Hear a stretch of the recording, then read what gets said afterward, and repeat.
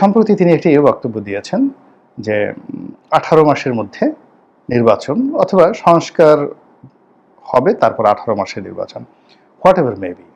তিনি এই 18 মাস যে একটা টাইম ফ্রেম বেঁধে দিয়েছেন, এটি নিয়ে বাংলার মানুষের মধ্যে আনন্দর যে বন্যা, এটি রীতিমতো বয়ে গিয়েছে এবং সরকারকে রীতিমতো অস্বস্তির মধ্যে ফেলে দিয়েছে।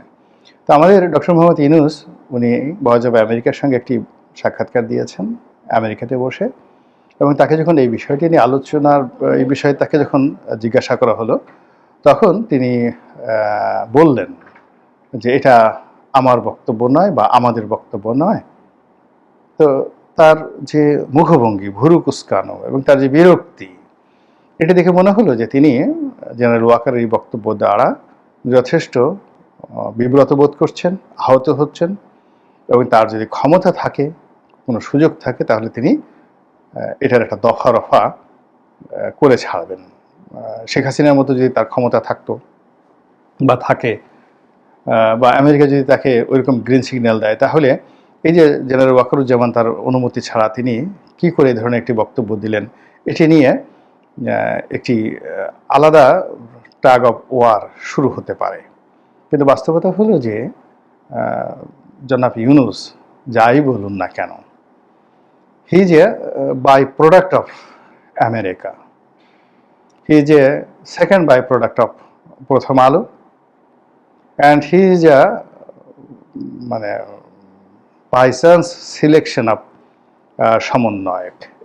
এর বাইরে এই আন্দোলন, সরকার প্রধান হওয়া, রাষ্ট্র পরিচালনা করা, এই সমস্ত বিষয়ে তার কোনো চিন্তা ছিল না। তিনি বেশ কয়েকটি সাক্ষাৎকারে তিনি তার নিজের অসহায়ত্বের কথা বলছিলেন, এবং তিনি ফ্রান্স থেকে সম্ভবত আসতেন না যদি শেখ হাসিনা ক্ষমতায় থাকতেন। এর কারণ হলো তার মামলাগুলো এমন একটা পর্যায়ে চলে গিয়েছিল যে তিনি আসার পরেই তাকে জেলে যেতে হতো, এমন একটা পর্যায়ে চলে গিয়েছিল। এবং তিনি কয়েকটা পত্রিকায় দেখলাম যে এই বিষয় নিয়ে লিখেছে যে ডক্টর মোহাম্মদ ইউনূস মোটামুটি সিদ্ধান্ত নিয়েছিলেন ফ্রান্স থেকে তিনি আর আসবেন না।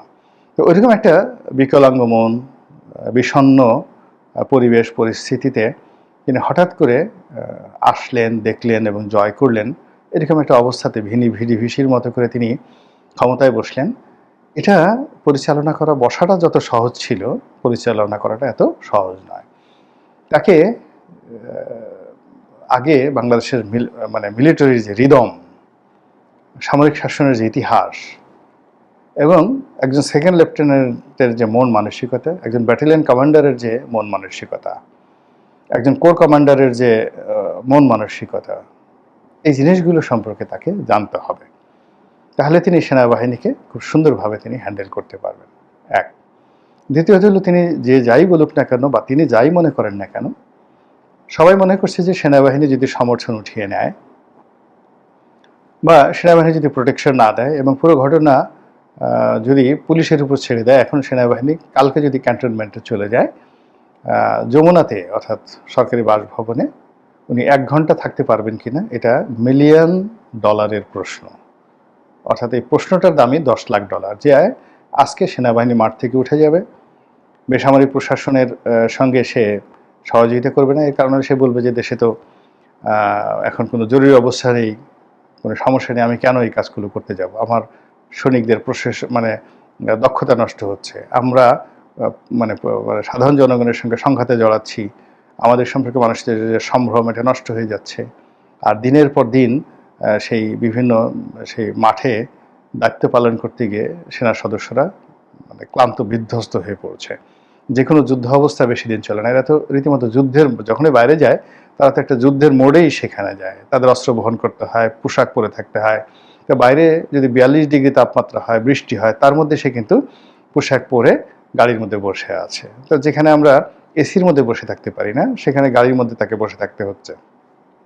তো এই যে তারা যে কষ্টটা করছে, এবং এই কাজের জন্য তাদেরকে আবার আলাদা ভাতাও দিতে হচ্ছে রাষ্ট্রের পক্ষ থেকে। তো যার জন্য তারা যদি কোনো কারণে ক্যান্টনমেন্টে চলে যায় বা দায়িত্ব পালনে অনীহা প্রকাশ করে, এবং এটা মিলিটারি লতে কীভাবে আছে এটা জেনারেল ওয়াকার ভালো জানেন। তো সেক্ষেত্রে এই বর্তমান পুলিশ ব্যবস্থা, সিভিল সার্ভিস এবং এই যে ছাত্র যারা সমন্বয় করেছেন, তাদের উপর নির্ভর করে ডক্টর মোহাম্মদ ইউনূস কতক্ষণ ক্ষমতায় থাকবেন সেটি নিয়ে কিন্তু অনেক রসালো আলোচনা রয়েছে। তো যার জন্য এই যে জনাব ওয়াকারুজ্জামান উনি যে বক্তব্যটা দিয়েছেন সেই বক্তব্যের সঙ্গে জনগণের সায় আছে, সেই বক্তব্যের সঙ্গে জনগণের সমর্থন আছে এবং তার এই বক্তব্যটি ওয়েল অ্যাকসেপ্টেড। বরং এই বিষয়টি নিয়ে তিনি যদি খোলামেলা আলোচনা করতেন এবং বলতেন যে হ্যাঁ 18 মাস কেন, আমরা তো চেষ্টা করছি আরও আগে ক্ষমতা হস্তান্তর করার জন্য, এটা নিদারুণ একটা কূটনৈতিক ডিপ্লোম্যাটিক রিপ্লাই হতো যে 18 মাস তো অনেক সময়, আমরা তো সর্বোচ্চ চেষ্টা করছি যে 8 মাসের মধ্যে একটা নির্বাচনটা করে দেওয়া যায় কিনা, সব কিছু নির্ভর করবে জনগণের আশা আকাঙ্ক্ষা, রাজনৈতিক দলগুলো যারা স্টেক হোল্ডার তাদের চিন্তা চেতনা।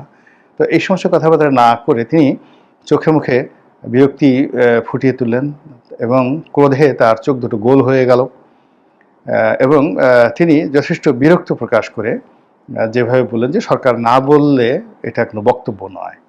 এখন তার সরকার এত পাওয়ারফুল, এত শক্তিশালী হয়ে পড়েছে যে সেনাপ্রধানের যে বক্তব্যটি সেই বক্তব্যটি তার কাছে কোনো গুরুত্বপূর্ণ বলে মনে হলো না বা মেনশনেবল মনে হলো না। তো এই যে দৃশ্যপট রচিত হলো সেনাপ্রধানের বক্তব্য ভার্সেস ডক্টর মোহাম্মদ ইউনূসের কাউন্টার, যেটাকে বলা হয় যে প্রতিক্রিয়া, এই প্রতিক্রিয়ার কি পরিণতি হয় সেটি এখন দেখার বিষয়। আল্লাহ আমাদের সবাইকে হেদায়েত দান করুন এবং হেফাজত করুন। আসসালামু আলাইকুম ওয়া রাহমাতুল্লাহি ওয়া বারাকাতুহু।